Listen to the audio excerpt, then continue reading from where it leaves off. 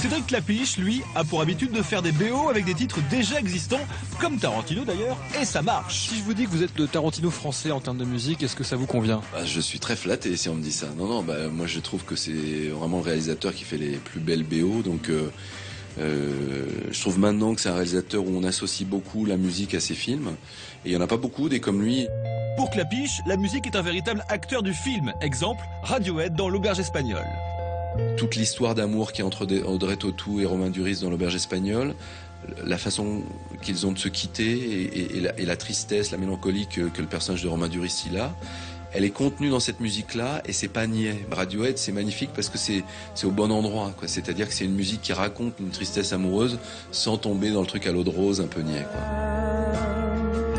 Est-ce que la musique prend le pas parfois sur le métier premier qui est la réalisation et l'image? C'est sûr qu'en écoutant une musique, ça peut donner envie ou donner des idées pour une scène. C'était le cas d'ailleurs pour la musique de Daft Punk dans L'Auberge espagnole.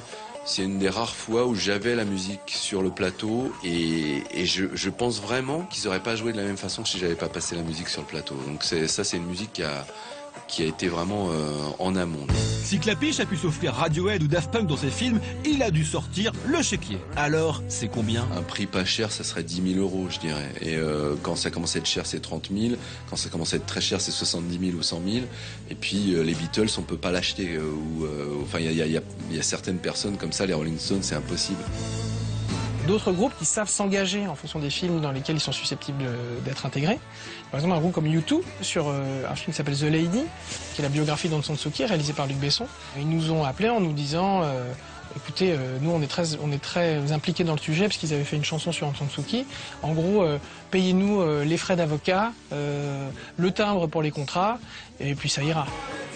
Et en revanche, il y a des groupes qui sont très apro-gains. Moi, je me souviens avoir travaillé sur des musiques de Blur, par exemple. Et Blur, ils sont très apro-gains. Et plutôt que de nous dire non, ils nous demandaient 200 000 $, parce qu'ils se disaient qu'ils avaient une chance sur 100 que ça passe. Bon, c'est pas demain qu'on pourra s'offrir Blur pour nous faire le générique de Monte le son, le film. Jamais sur vos écrans.